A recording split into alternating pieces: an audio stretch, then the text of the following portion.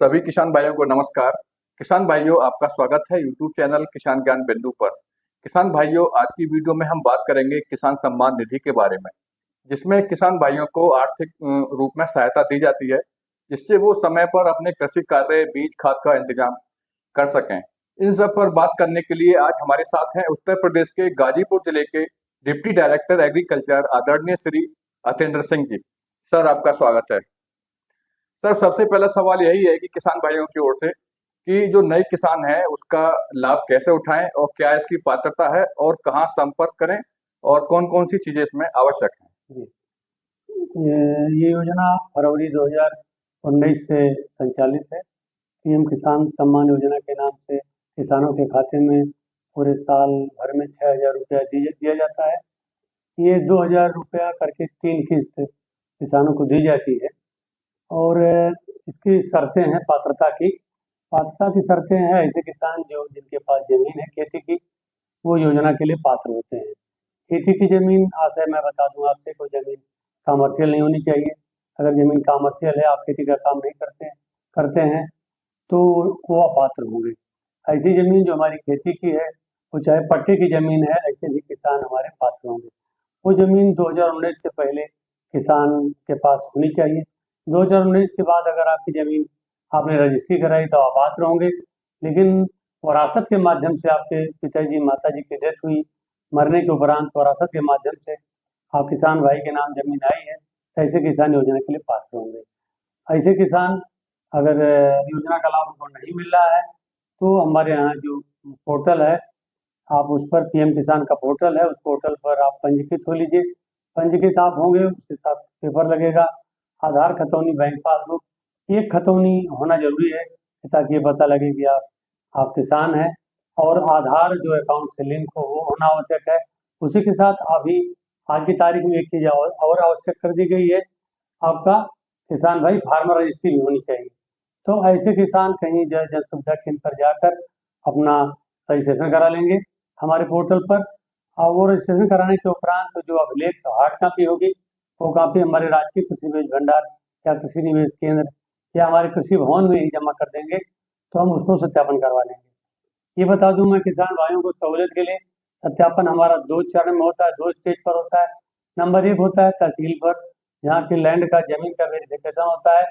उसकी जो तहसीलदार ज़मीन देखते हैं किसान के पास ज़मीन है कि नहीं। अगर आपके पास खेती की ज़मीन नहीं है तो किसान वहीं पर तहसीलदार रिजेक्ट कर देते हैं।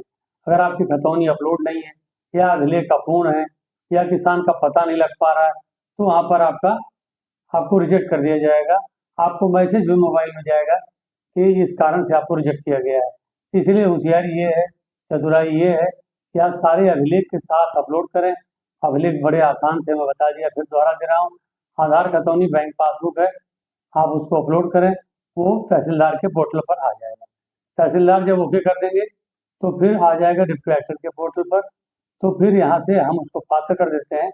फिर लखनऊ के माध्यम से भारत सरकार के पास चला जाता है, जहाँ से डाटा कलेक्ट होकर आ जाता है। फिर वो अकाउंट तैयार हो जाता है कि किसानों के खाते में पैसा चला जाएगा। सर, किसान भाइयों का एक सवाल ये रहता है कि हमारे पास 1 कट्ठा या 1 बिस्वा जमीन है, क्या हमको भी किसान सम्मान निधि मिल सकती है? जी बिल्कुल बता दूं मैं, पात्रता मैंने बताई कि खेती की जमीन चाहे जितनी कम हो और चाहे जितनी ज़्यादा हो, किसान पात्र होंगे। खेती की जमीन चाहे जितनी कम हो, उसमें न्यूनतम नहीं दिया गया है, चाहे जितनी कम हो हम उनको कंसीडर करते हैं, उनको पात्र करते हैं। इसी ढंग से अधिकतम सीमा नहीं तय है। सीमा जहाँ तय है वो बता दूं मैं, इसमें आपकी सीमा लिमिट निर्धारित हो जाएगी जब तक ये ना बताया जाए कि लिमिटेशन क्या है और कौन-कौन सी चीज़ें हैं जो किसान को रोकती हैं।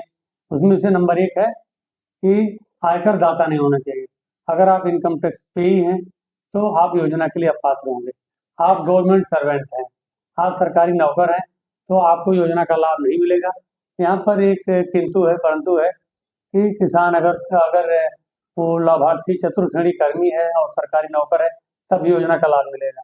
10,000 से ऊपर अगर आप पेंशन पाते हैं, तो आपको योजना का लाभ नहीं मिलेगा। आप पंजीकृत वकील हैं, चार्टर्ड अकाउंटेंट हैं या माननीय किसी भी सदन के सदस्य हैं, जिला पंचायत सदस्य हैं या ऊपर के सदनों के कहीं के सदस्य हैं, तो आप योजना के लिए अपात्र होंगे। एक चीज़ मैं जोड़ना चाहूँगा, पति पत्नी दोनों में केवल एक को मिलेगा। ऐसा नहीं कि दोनों के नाम जमीन है तो दोनों योजना के लिए पात्र हो जाएंगे, ऐसा नहीं है। केवल उसी को मिलेगा जो दोनों परिवार के नाम जमीन है तो परिवार के मुखिया एक को ही मिलेगा। स्पष्ट है, ये परिवार के मुखिया को खेती किसानी के लिए, उनको कृषि निवेश जुटाने के लिए ये सरकार ने सुविधा दे रखी है कि ताकि वो कृषि निवेश आसानी से जुटा सके। गाजीपुर जनपद में 4,24,000 किसान ऐसे हैं जो इस सुविधा का लाभ उठा पा रहे हैं। तो सर, किसान भाइयों का एक सवाल ये रहता है कि हमको पहले तो किसान सम्मान निधि मिलती थी, लेकिन अब नहीं मिल रही है, वो रुक गई है। उसका हाँ सर क्या कारण हो सकता है? हाँ, बिल्कुल सही कह रहे हैं। देखिए, किसान सम्मान निधि आने के मूल रूप से 3 कारण हैं जो किसान सम्मान निधि नहीं आ रही। आपका जो सवाल है पहले उसका मैं उत्तर दे दूं। आपका सवाल है कि किस्त आती थी, रुक गई। ये जब 3 किस्त योजना शुरू हुई है, उसके बाद 3 किस्त आई तो किस्त हमारी अकाउंट में आती थी। अकाउंट जिसके नाम से था और किसान था, उनकी किस्त अकाउंट में आती थी। उसके बाद 3 किस्त के बाद क्या हुआ, सरकार ने ये देखा कि तमाम गलत खाते में पैसे जा रहे थे, तो इसको रोकने के लिए आधार से लिंक कराया गया। जो आधार से लिंक थे, अब क्या हुआ कि हम आधार में पैसा डालते हैं तो आधार का मतलब ये हो गया कि जो अकाउंट NPCI अप्रूव्ड होगा, आधार से लिंक होगा, उसी अकाउंट में ही पैसा जाएगा। अगर नहीं है तो नहीं, पैसा नहीं जाएगा। तो मैंने बताना चाहूँगा कि 3 कारण है पैसे ना आने का। नंबर 1 कारण है जो आके पैसा रुक गया, तो उसमें ये है कि आपका अकाउंट जो है आधार से लिंक नहीं है, इसलिए पैसा रुक गया। दूसरा क्या है, NPCI नहीं है, इसलिए पैसा रुक गया। तीसरा कारण एक और है, सरकार ने बीच में एक कार्यक्रम और चलाया लैंड सीडिंग का। हमारे पोर्टल पर तहसीलदार के माध्यम से भू लेखांकन का कार्य किया जाता है ताकि ये पता लगे कि किसान भूमि का मालिक है या किसान के पास खेती की जमीन है। तो 3 बातें हो गई जो आवश्यक है, जिनके कारण से पैसा नहीं आएगा। ये हमारी 20वीं किस्त आने वाली है। इस सब की तैयारी में हम लोग लगे हैं कि किसान भाइयों के जो डाटा दुरुस्त नहीं है उसको हम लोग ठीक कर रहे हैं। उसमें पहला है भू लेखांकन। आपका भू लेखांकन आवश्यक है, अगर ऐसा नहीं है तो आपके खाते में पैसा नहीं आएगा। दूसरा क्या है, EKYC। अगर EKYC नहीं है, किसान जिंदा नहीं है, तो आपके खाते में पैसा नहीं आएगा। तीसरा आपका आधार सीडिंग का काम। अगर अकाउंट आपका आधार से लिंक नहीं है, NPCI ने अप्रूव नहीं है, ऐसे खाते में पैसा नहीं आएगा। ये 3 कारण है जिनके कारण से पैसा नहीं आता। तो जो कोई किसी की डेथ हुई है, उनके पिताजी के, माताजी की ये वरासत पेपर करा लिए हैं, ऐसे किसान भाई आप इसको ऑनलाइन करा लीजिए और बाकी की कार्रवाई हमारे जिम्मे आ जाती है, हम लोग करते हैं। सर, इस समय जून का महीना चल रहा है और किसान भाई अगली किस्त का बड़ा बेसब्री से इंतजार कर रहे हैं। तो सर, क्या उसकी कोई डेट आ गई है या क्या संभावना है, कब तक किसान भाइयों को मिल हाँ, पाएगी?